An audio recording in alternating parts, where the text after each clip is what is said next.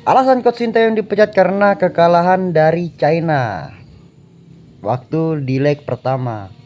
Oke guys, jadi kalau uh, Sintayong ini dipecat alasannya karena kekalahan timnas Indonesia atas China di leg pertama, saya jadi keingat kata-kata Pak Hamdan Hamedan. Dia mengatakan bahwa menilai sebuah tim atau suatu tim itu jangan dinilai dari game to game. Artinya jangan dinilai dari satu pertandingan gitu. Jadi jangan, karena kalau kita melihat dari game to game secara garis besar, game to game itu pasti setiap tim pasti ada up down-nya gitu. Jadi bisa saja menang, bisa saja kalah. Kita ambil contoh timnas Argentina lah di Piala Dunia kemarin. Timnas Argentina di Piala Dunia kemarin kalah dari Arab Saudi di fase grup. Tapi yang juara dunia siapa? Timnas Argentina kan. Walaupun di fase grup timnas Argentina kalah sama Saudi gitu. Jadi kita lihat akhirnya yang kita lihat gitu. Jadi kayak Sintayong kalah sama China, tapi dia bisa membalikkan keadaan dengan menang atas Saudi gitu. Dan kalaupun dari China itu ya emang waktu lawan China itu emang ya namanya manusia ya, emang ada kesalahan yang dilakukan oleh Sintayong. Tapi saya rasa kalau soal kesalahan kayak gitu itu wajar nggak sih guys, seorang pelatih melakukan kesalahan yang ya mungkin saya rasa semua pelatih juga pernah melakukan kesalahan kayak gitu. Tapi kan dia sudah menebus dan membayarnya itu di lawan Saudi gitu. Dari kita kalah dari China dan Jepang itu, habis kalah dari China terus diajar juga Jepang 4-0 di GBK. Kita terpuruk di dasar klasemen. Terus kita main lawan Saudi, kita hajar Saudi dengan 2-0. Kita naik lagi ke peringkat ketiga. Peluang untuk lanjut ke putaran keempat atau ke Piala Dunia itu masih sangat-sangat terbuka lebar gitu. Jadi kalau emang benar pemecatan Sintayong ini berdasarkan kekalahan dari China, saya pikir sih agak kurang logis ya, agak kurang masuk akal gitu. Karena ini permainan sepak bola, pasti ada menangnya dan ada kalahnya gitu. Tapi kita lihatnya itu jangan game to game gitu, jangan dari per game, kita lihatnya hasil akhir. Makanya pemecatan hari ini Coach Sintayong itu banyak banget yang menuai kontroversi, pro dan kontra. Banyak banget supporter timnas Indonesia, masyarakat Indonesia yang kurang setuju dengan keputusan PSSI gitu, yang memecat Sintayong dengan masih berlanjutnya kualifikasi Piala Dunia round 3 gitu.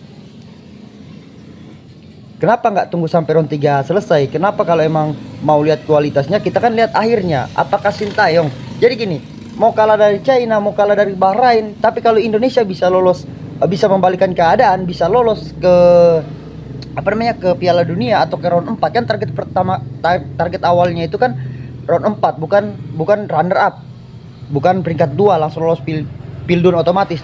Kan target pertama itu mengejar rank 3 atau 4 untuk melaju ke putaran selanjutnya, putaran keempat gitu guys. Jadi saya rasa sih kalau kekalahan dari China itu menyebabkan Sintayong atau STY dipecat itu kurang logis sih, kurang manusiawi lah. Jadi agak bingung juga sih sebenarnya dengan target PSSI ini yang suka berubah-ubah gitu ya, yang artinya nggak konsisten lah. Tapi ya udahlah, itu udah jadi keputusan juga dari PSSI dan juga udah diterima dengan lapang dada oleh Coach STY, dan Coach STY pun tidak menaruh rasa apa-apa, dan dia juga sempat masih bilang mendoakan semoga timnas Indonesia bisa lolos ke Piala Dunia gitu. Dia masih sempat mendoakan Indonesia agar bisa lolos ke Piala Dunia siapapun pelatihnya, dan kita bakal tunggu pelatih yang baru ini yang katanya dari Belanda ini. Dan untuk ekspektasi kita apalagi ekspektasi gue ya harus jadi runner up gitu, karena kan ganti Sintayong kan target Sintayong itu kan bersama PSSI itu mengejar peringkat 3 dan 4 ya kan. Nah terus digantilah Sintayong dengan masih ada kualifikasi round 3, digantilah Sintayong terus katanya dengan pelatih yang lebih baik gitu. Berarti minimal itu harus lolos otomatis ke runner up. Jadi ekspektasi kita harus tinggi dong. Kalau cuma kita finish di peringkat 3 atau 4 ya Sintayong juga sekarang duduk di peringkat 3 gitu. Duduk di peringkat ketiga. Tidak menutup kemungkinan Sintayong juga kalau timnas Indonesia dipegang oleh Sintayong tidak menutup kemungkinan bakal finish di peringkat ketiga atau 4. Kalau diganti pelatih terus finish di 3 dan 4 lanjut ke putaran selanjutnya, apa bedanya sama Sintayong gitu? Apa bedanya gitu? Jadi untuk timnas Indonesia tetap kita harus support, untuk timnas kita harus support 100%, kita harus dukung karena itu wajib hukumnya. Kita sebagai supporter Indonesia, masyarakat Indonesia wajib mendukung timnas kita, timnas kebanggaan kita.